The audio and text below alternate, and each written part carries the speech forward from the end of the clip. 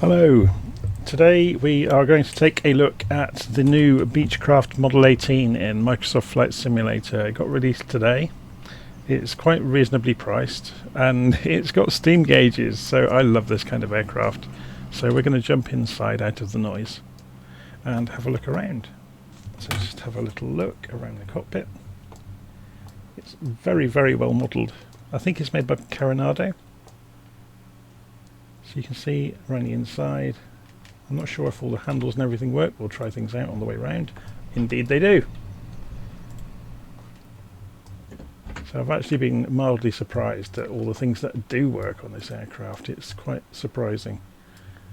The tables work, for example. And yeah, in the cockpit the windows open, which is quite cool. So you've got these quarter windows which latch at the top.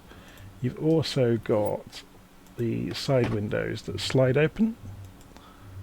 So we'll leave them closed so it's a bit quieter in here. So how do we go about starting this aircraft up then? So I've written a few notes down on a piece of paper, but you can get the checklist from inside the simulator, and so we're going to basically go through the very basics of what you need to do. So we'll just hide the yoke for a moment.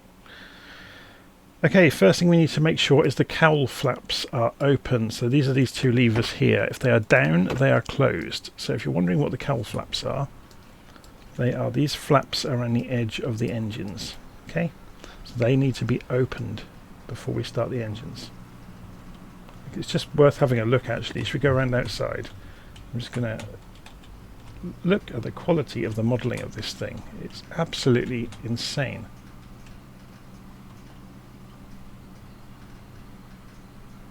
You can hear the engines making cracking noises in the sunshine. Okay, let's go back inside. So first thing we needed to do was make sure those cowl flaps were open, which we have done. Both of these levers are up. We need to make sure the mixture is rich, so we're going to make sure that we've pushed the levers all the way forwards. We also need to make sure the RPM of the blades is maximum, so that's these two levers here, and we'll just make sure that our axes are configured correctly. Let's just have a quick look outside at that as well. So let's make sure we've got ailerons, and we've got elevators, and we've got rudders.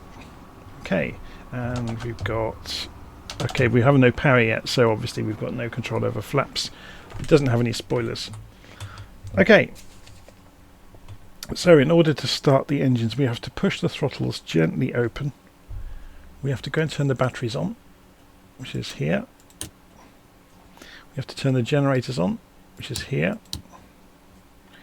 We have to prime the engines, so we can just give it a, you can rotate this as well as plunge it. And I'm still a little bit at sea with controlling it, as you can see.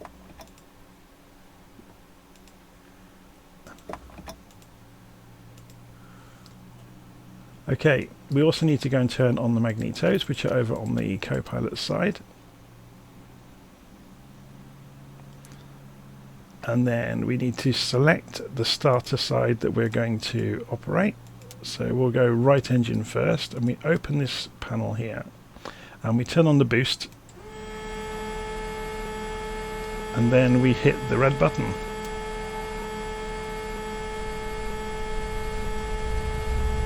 We hold it down for a few seconds and then let go, and then turn the boost off. And then we do the same basically for the other side. So left engine, boost. We can open the window actually while we're doing this so we can hear it. And start.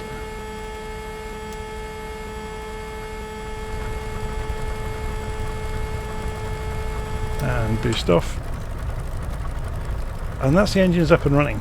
Obviously we've got lights and things like that, so if we go and have a look down here at the panel, we've got the nav lights which we can put onto steady. We've got the pitot heat which we can turn on. We've got dome lights, we've got seatbelt light we can switch on.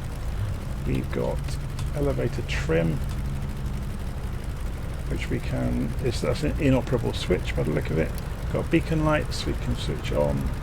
Okay, so we noticed there we did the seatbelt light. I noticed when we were in the cabin, yes, so it has lit up, which is brilliant. Okay, so let's go and close this window and take it for a quick circuit around. We're at Booker Airfield, by the way. So we're going to come off the parking brake, hopefully not run into anybody. We'll press space to look up over the nose. So I'm really just scratching the surface of operating this aeroplane. It sounds glorious. If we have a listen from outside, so I just pulled the throttles back a bit too far there, and you saw some lights came on with the fuel warning. So I'm keeping a little bit of back stick to keep pressure on the tail wheel.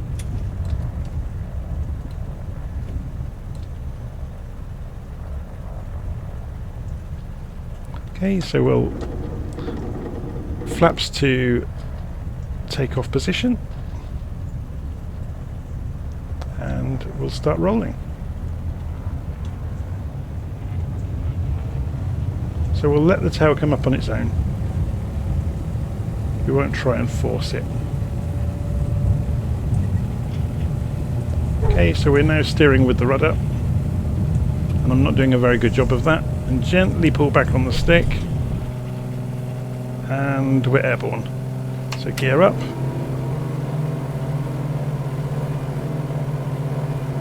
and flaps up,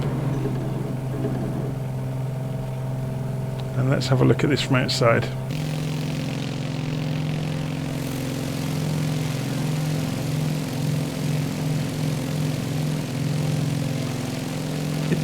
It doesn't appear that the pilot surrendered. I'm not quite sure why. I don't know whether that's an issue or not. But it's a gorgeous looking aeroplane. The rendering of it is amazing.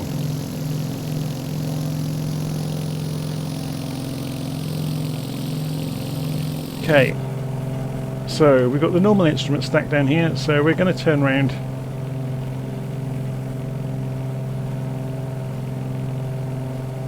Oh, and the sim has paused. I have no idea what's caused that. Well, I've got a pretty good idea what's caused it. I've got a couple of fighter jets in my community folder, and when they're there, the sim pauses and causes havoc. So they are, the DC Designs aircraft seem to cause mayhem. Okay, so we're just going to turn around. We haven't uncaged this, have we? Interesting. I don't quite know how to uncage. Oh, you know what we haven't done? We haven't turned on the avionics master switch. Okay, now we have instruments. Okay, so that's the lesson to take from today.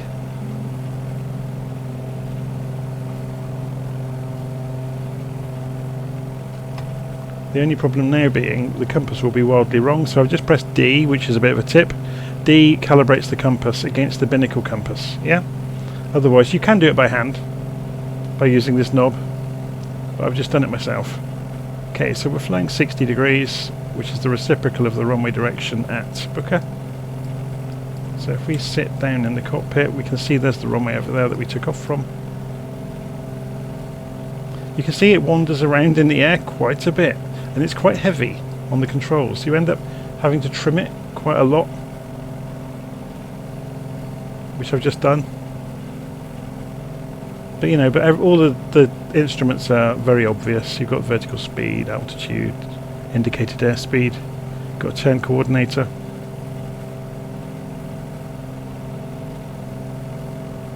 It does have some retrofitted modern avionics hardware, which is quite nice to see.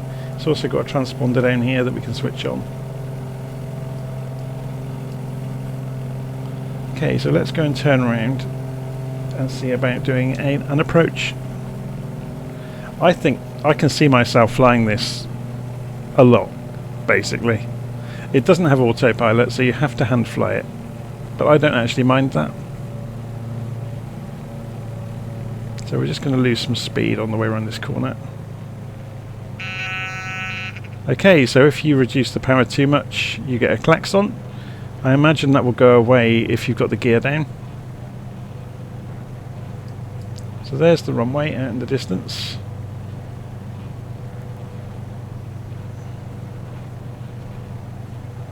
So we're just getting into the realm where we can use flaps, which we're going to do.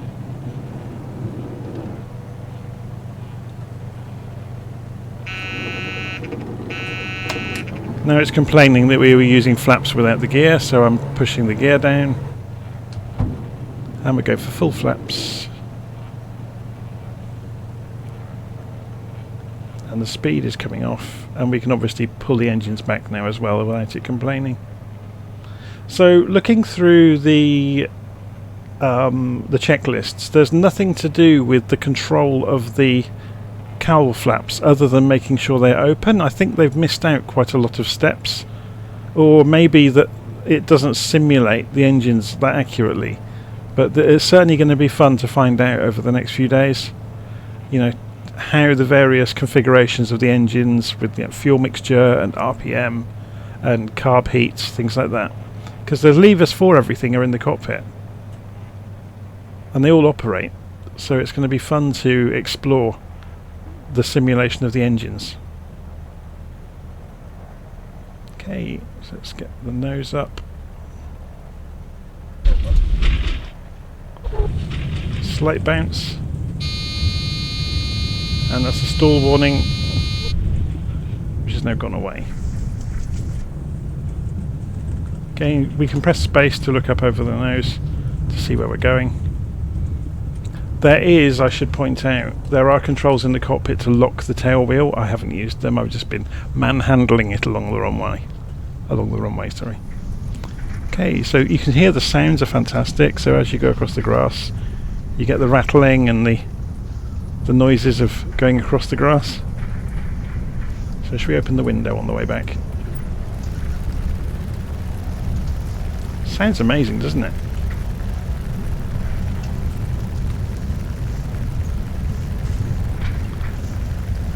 And it certainly looks the part. So yeah, a lot of these controls and certainly all the plungers work, so there's going to be some sessions with learning, you know, what really does work and what doesn't.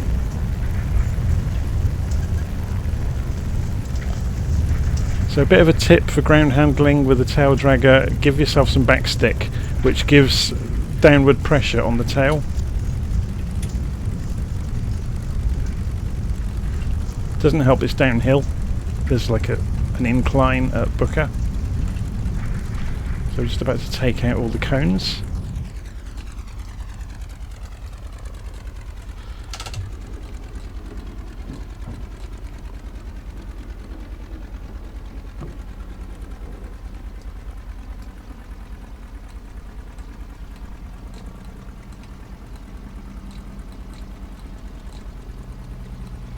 Okay, so we'll just neatly pull it into a parking space. Obviously the real plane would need assistance from somebody on the ground. Parking brakes on. Obviously to kill the engines all we need to do is pull the mixture back.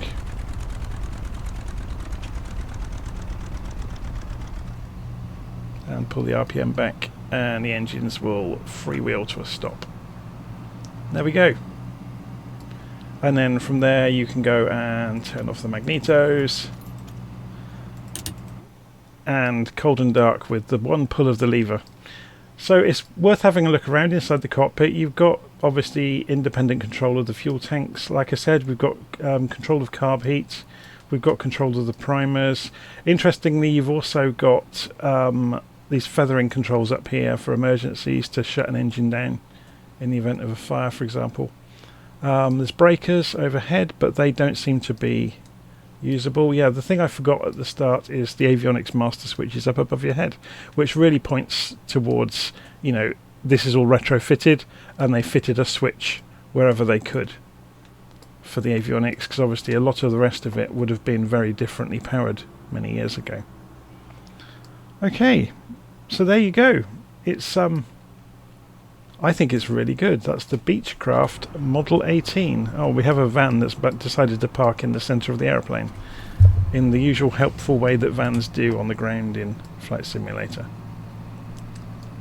But yeah, I think it's really, really good. So, you'll probably find me flying it very soon. Oh, here we go. He's going to write the wing off now. And now reverse back into us, maybe, just for extra measure?